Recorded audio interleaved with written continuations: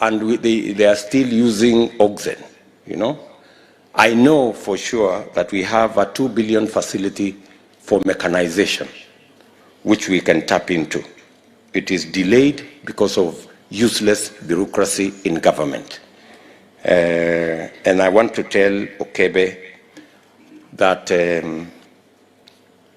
we have a deficit of close to 600 metric tons of rice we import.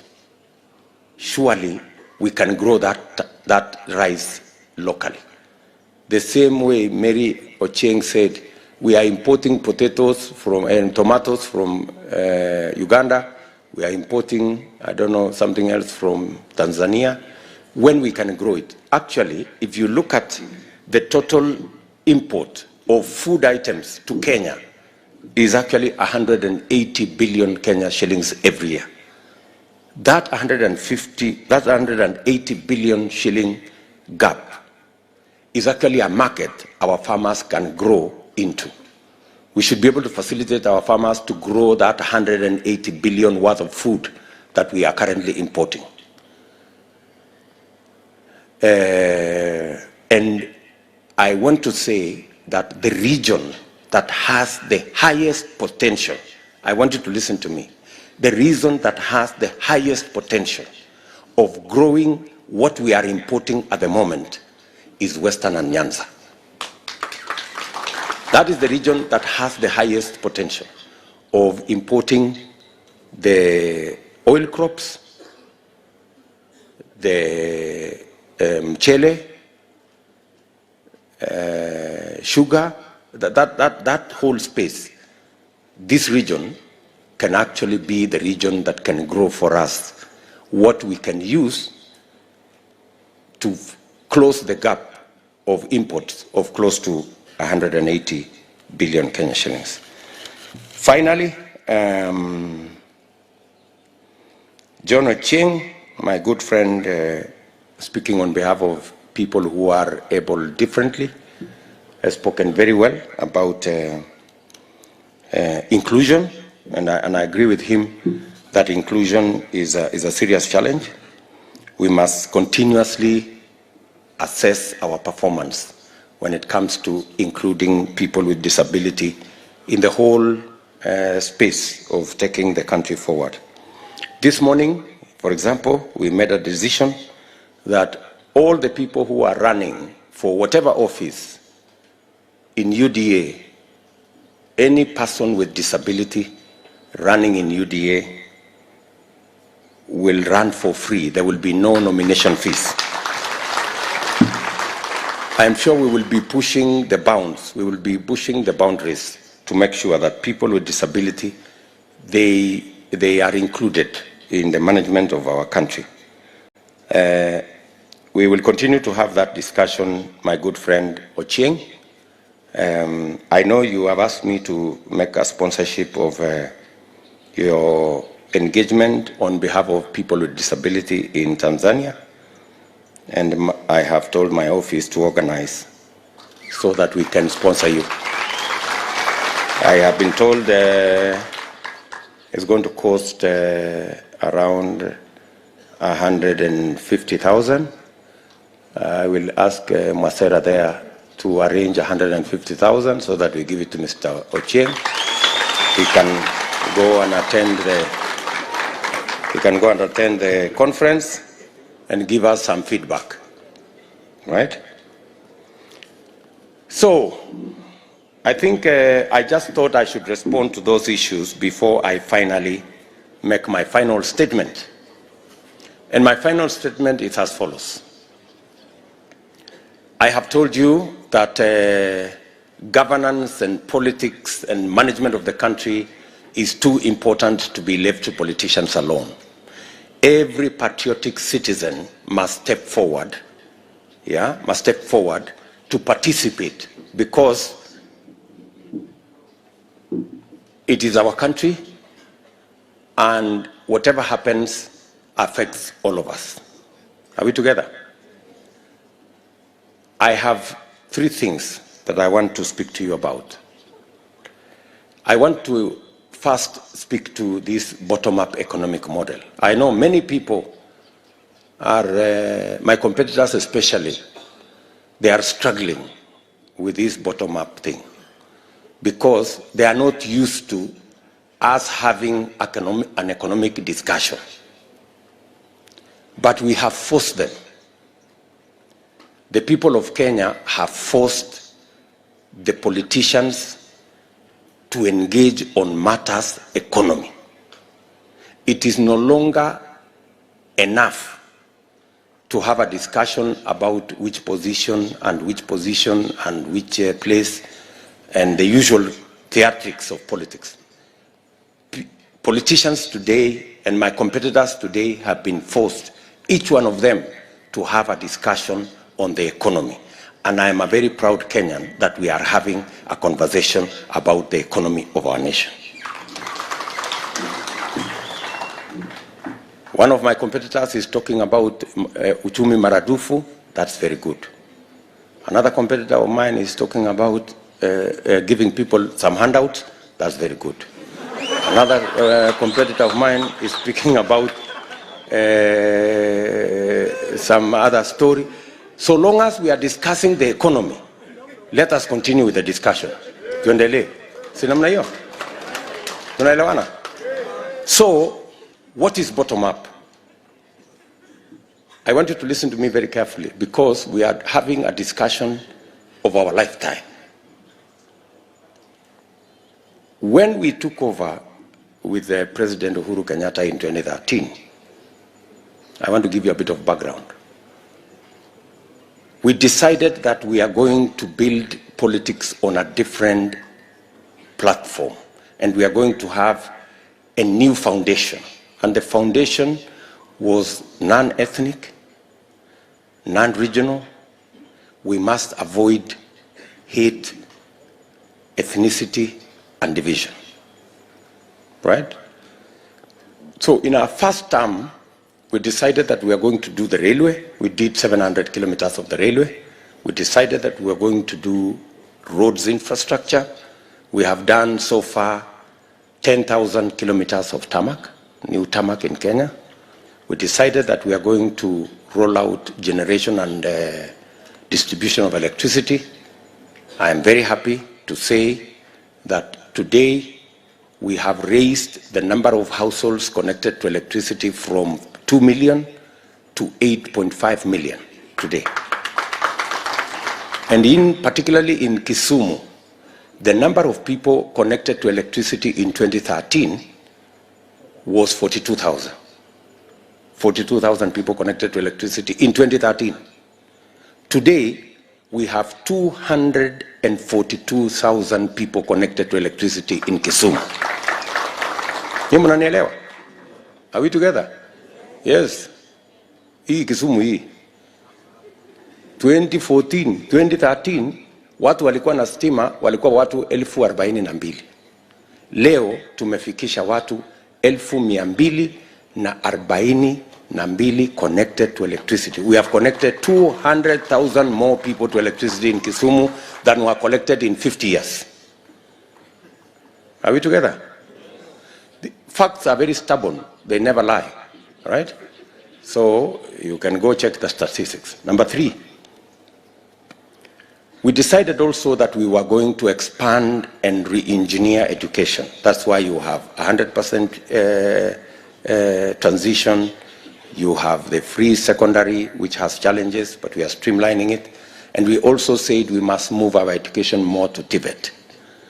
Today, when we took over, we had 2 technical colleges in Kisumu. Today we have 5. We have built one in Nyakach, we have built one in Nyando, and we have built one in one of the other constituencies, Seme, here in Seme.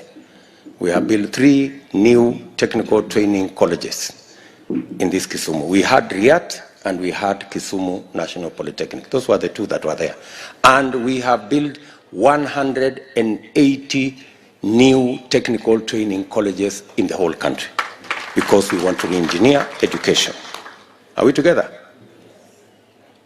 So, in our second term, we had decided that we have laid the foundation and we now need to grow enterprise, create jobs, and expand farming. That's why we came up with the Big Four plan. The Big Four plan had three major issues. Number one was to create jobs using our housing, value addition, agro-processing, manufacturing plan. Expand and invest in farming on our food security pillar, and also deal with matters of health on our universal health coverage pillar. As you all know, that plan has not gone as well as we wanted because we got busy. Tulipata kazi mingi ya BBI na rege na nini, sasa hapo ikaendelea. So no, that's the truth. So tulipata, wakati tulikuwa wengi, unajua tulikuwa na marafiki sasa walikuwa wengi, wakakuja wakasema hii priority ya mambo ya kazi ngoja ingoje, hii priority nyingine ya mambo ya kilimo wacha ingoje, hii priority nyingine ya universal health coverage wacha ingoje, wacha kwanza tutengeneze katiba. So tukaenda kutengeneza katiba. And I want to tell you, standing here, that BBI thing was the most fraudulent, deceitful agenda ever carried out again in the name of changing the constitution. Ukora. No, I'm telling you the truth. Yani ukora ile ya mwisho. You know, unajua Kenya hii ni mzuri tuambiane ukweli. Lazima tuambiane ukweli. Hii kitu ya BBI ilikuwa ni ukora mtupu. Because while the public wanaambiwa unajua tunapitisha BBI ndio tuongeze pesa ya kwenda kwa county. Surely you don't need to change the constitution to get more money to go to the counties. The constitution says not less than 15,000. What? Not less than 15%. What other English do you need? If it says not less than 15%, it means you can do even 100% of the money to go to the county. Why do you have to bother the country to change the constitution? It's a lot of nonsense. Ama namna gani, my friends? Haya. You know? Isijui help loans. It will help loans. You don't need to change the law. You don't need to change the constitution. You don't need to change the regulation. With a simple letter, barua tu na signature hapo chini. Help loan can be changed to a grant. You don't have to change the constitution. So anybody telling you that we change the constitution so that help can become a grant is a con man. You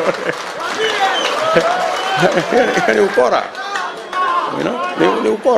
You know, it's good to be tuambiane ukweli. Hiyo ni utapeli. Mbona hatutaki kusema ukweli? The real issue with BBI, which nobody wants to tell the country, and even the people who are proposers of this BBI, they are ashamed of it. They wanted to change the constitution to install an imperial presidency. Listen to me. They wanted to install an imperial presidency. And then you ask yourself, so why did we fight Moi all the years? Why did we fight the old constitution that had an imperial president? Why? Because, let me ask you, if you say you want to give the president power to appoint members of parliament as ministers, right? You want to give the president power to appoint an ombudsman to go and supervise the judiciary. What have you said? You have said the president now has power over the executive, The president has power over the legislature because he can manipulate the legislature using the ministers, and he can appoint 50, 100 of them.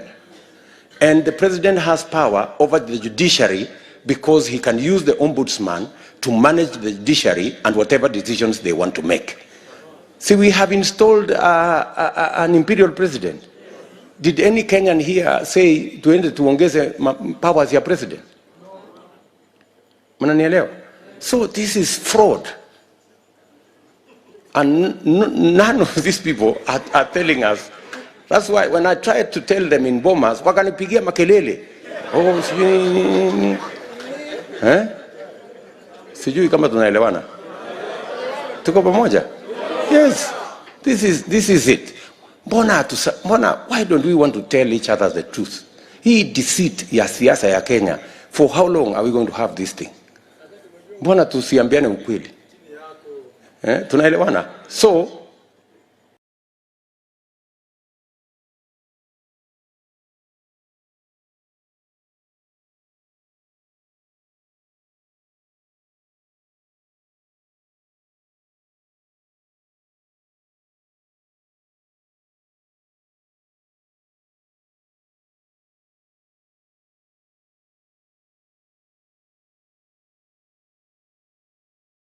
and the even more dangerous thing in institution, the way they want. We cannot have a country like that. That is too dangerous for us as a nation. Sijui kama tunaelewana. Because ukisema kwa sababu kuna uwezo na pesa na influence, unapitisha kwa county assembly, unapitisha everywhere, lakini Mungu anapenda Kenya sana. I'm telling you. Because walipitisha everywhere, lakini iliishia kwa null and void.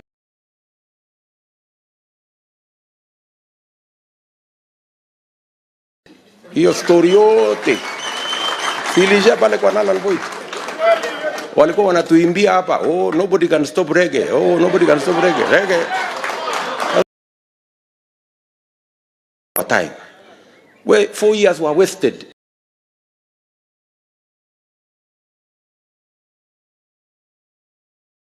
In a useless engagement, a fraudulent say.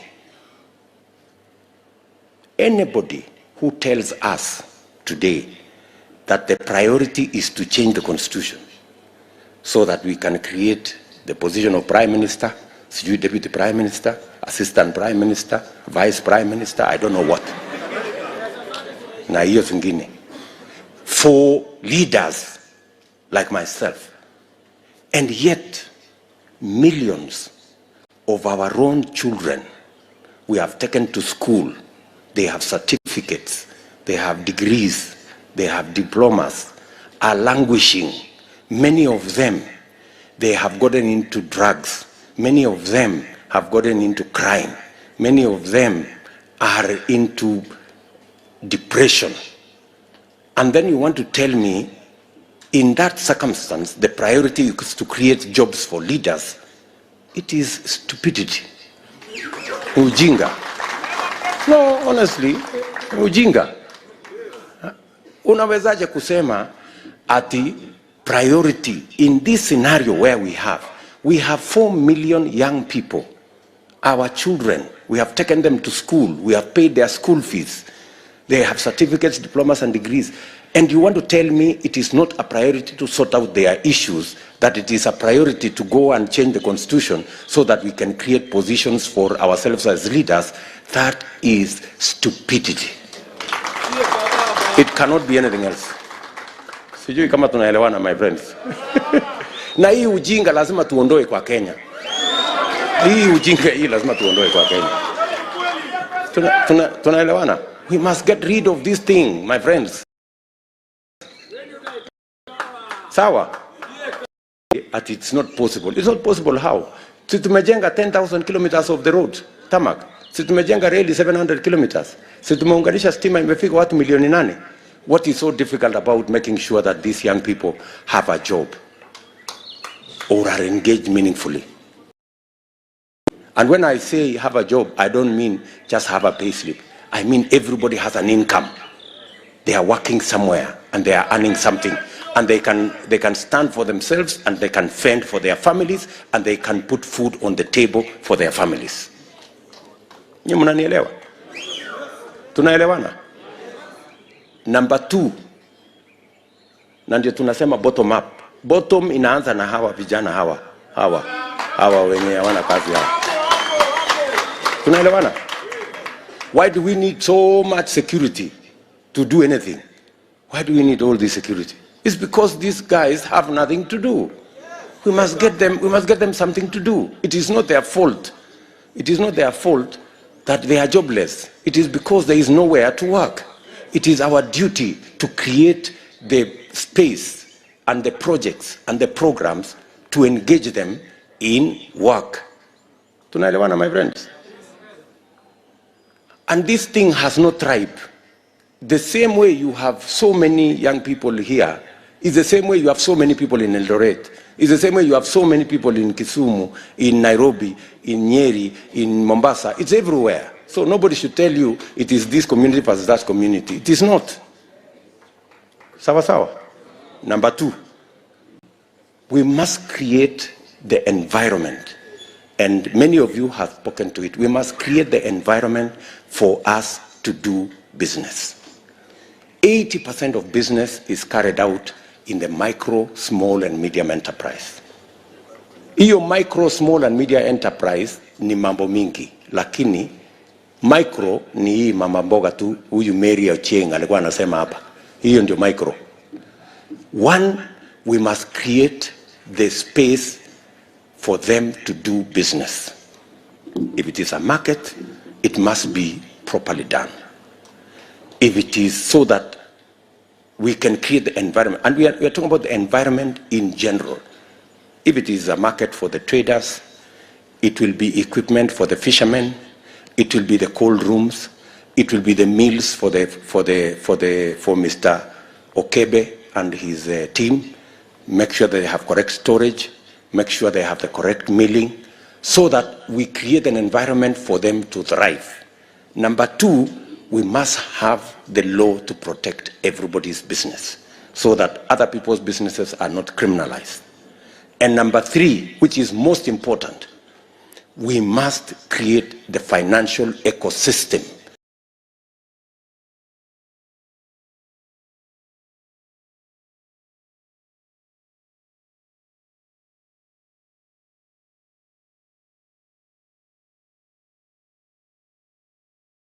for these people to access credit that is affordable. Leo mnasikia mama Chieng anasema akienda kukopa pesa inamshinda kulipa. Kwa sababu gani? Ule Masai analipisha 10% per day.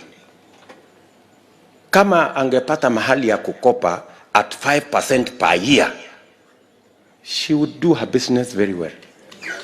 Sawa sawa. Huyu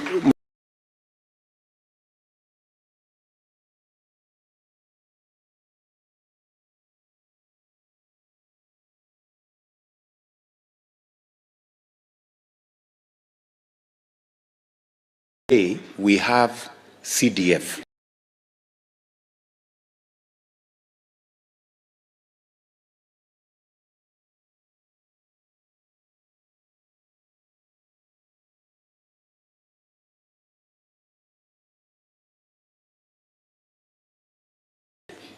Si mnajua CDF?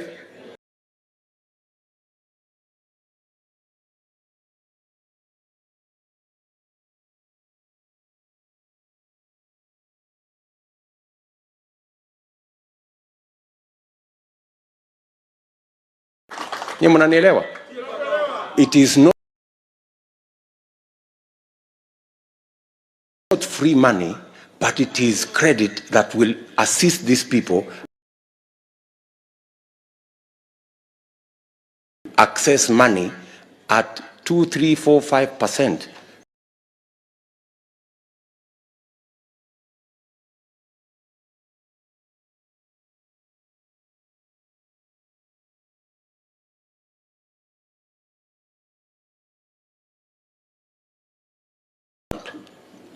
Nyinyi mnanielewa?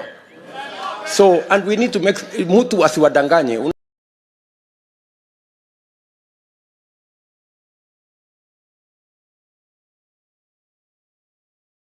Unajua hii story yote watu kwa sababu hawataki kusema ukweli wanakuja na Kiingereza mingi and make the problem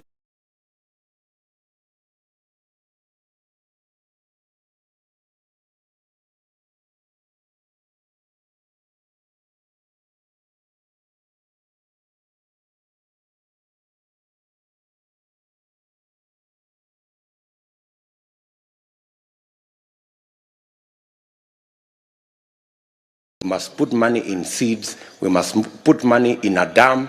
He says the dam is, the floods are destroying.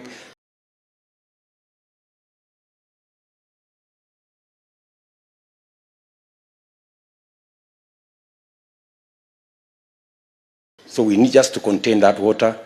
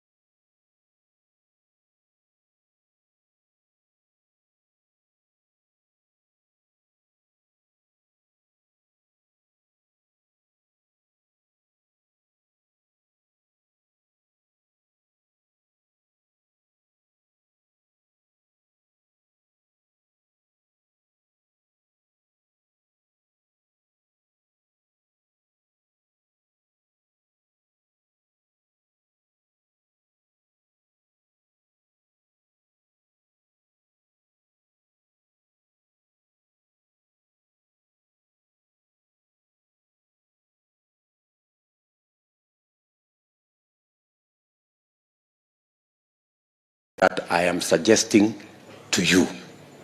Are we together? We will of course sort out energy.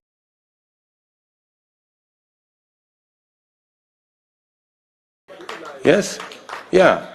We must get rid of these predatory lenders because they are destroying our enterprises. Ni watu kupe, you know? Wananyonya damu ya watu. So we must get rid of them. So, tasaidia hawa vijana. How? You know, hii Kenya, I don't know what you're going to do. Tuko na shida kubwa sana. Kwa sababu wale wangekuwa ndio viongozi wanakuwa conmen. You know, wanasema things that are not there, that are unrealistic, and everybody is following. Sijui kama tunaelewana. Mimi naomba nyinyi. That's why I have come here. I have come and I have said why I am having this engagement in an environment like this is, as reasonable people, I want us to agree on a plan. And on this plan, I have said we must have the input of the ordinary people so that this plan is owned from the bottom going up. And that's why we are having this engagement. Are we together? Hakuna mtu tumetukana hapa, hakuna mtu tumezungumza mambo yake. Tumeongea vile tunaweza kupeleka taifa letu mbele as reasonable Kenyans. Are we together? The input you have given here, the input mumechangia katika hiyo plan. And I know we are running short of time. The input you have put in that plan, I have these professionals here. They will put it into our plan. And I am prepared to sign a charter with the people of Kisumu on the priorities you want. So that next year, as you go to vote, you are voting knowing very well what your government will do beginning day one.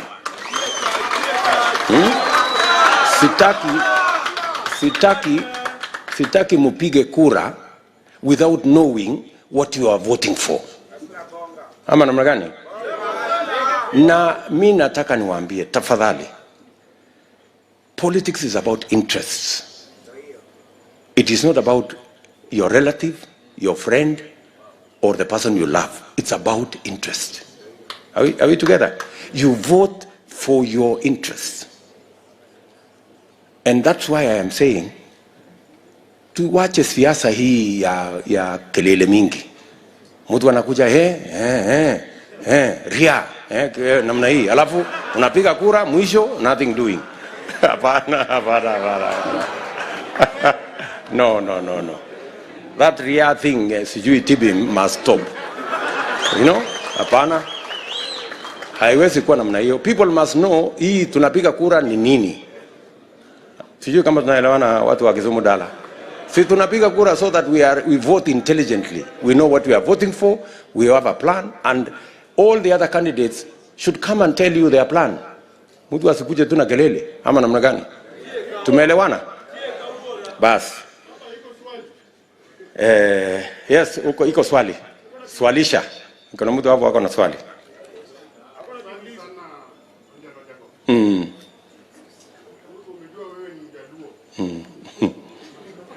Onjelo jana mako hapa. Umekubali kufuata wewe baba. Hapo endelea tu. Iko sawa. Halo? Tumekubali kufuata wewe baba. Na hiyo ndio sababu sisi Wajaluo tuko hapa. Na wewe pia utuahidi Wajaluo, mimi mkinipea mtu kama Ereja Sembocha, mtu kama Walo amekupigania usiku mchana, kuna mvua kuna jua, utampea nini kwa niaba ya Wajaluo? Sisi UDA, kwa sababu baba umejua sisi Wajaluo tulikuwa katika nyororo ya ODM. Na sasa tumeamua kukufuata kama kijana wetu Suja ambaye anataka kutoa pesa mahali kuingiza kwa mfuko yetu. Wewe pia bwana lazima tuambie Wajaluo, nimekuja hapa bwana, niko na kijana yenu Walo hapa, niko na nani hapa, nitampea kitu fulani. Na tena nauliza, nimesikia safari yako imekuja Kisumu, inaenda Homa Bay. Je, Siaya huko kwetu, sisi tumetoka Siaya, utakuja lini? Sasa sisi tuko hapa vijana na mzee komanda kutoka Siaya. Tulikuja kwa sababu ya wewe. Mimi ni candidate kule Uyoma North kwa party yako. Tuko na MP hapa pia ya Rarieda constituency. Tuko na MCA hapa pia ya Ukalego. Tumetoka huko kote baba kwa sababu ya wewe. Ukirudi Nairobi utufikirie. Asante sana.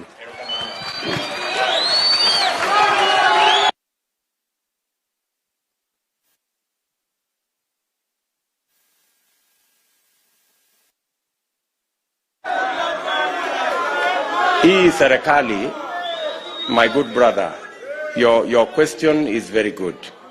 Hii serikali tunaunda ni serikali ya Wakenya wote. Na we will sit down and agree and form an inclusive government. The most important thing is the plan we have. And Owalo has been part of the development of that plan with many other professionals like Ojuang here, like Machuki here. They've been part of this development of this plan, and they will have a role to play in the implementation of that plan. Tunaelewana, my friend? Lakini ya muhimu, ya muhimu ni kwamba inatubidi tuungane na tushirikiane. Sawa sawa? Kwa hivyo nikisema Harambee, tunasema UDA ama? Harambee. Bado haijasikika. Harambee. Unajua wale watu tunashindana na wao wako na kiburi mingi, hawasikii sauti ya chini. Harambee. Sasa wamesikia. Harambee. Harambee. Harambee. Nikisema UDA tunasema kazi ni kazi. UDA. UDA. UDA. Erokamano. Asante sana. na mimi nawapenda sana. Just relax. Mimi nataka niseme asante. Kesho tutakuwa hapa Kisumu Dala. Wale niko hapa na wabunge. Niko na mbunge anaitwa Oscar Sudi, pigeni makofi. Niko na mbunge anaitwa Maisori Kitayama. Niko na mbunge anaitwa Mheshimiwa Robi wa kutoka Kuria. Niko na huyu anaitwa Oyugi, ni mbunge nusu, hajafika bunge lakini anahangaika hapa katikati. Na hawa wadosi wengine wote, we are members of one team. Na wale mahasla wengine wako hapo, watu wadosi, nimeshukuru sana. So mimi nataka niseme asanteni sana kwa kunisikiza, na watakia heri, na watakia baraka, na tuko pamoja katika mji huu wa Kisumu. Thank you very much. God bless you guys. Asante.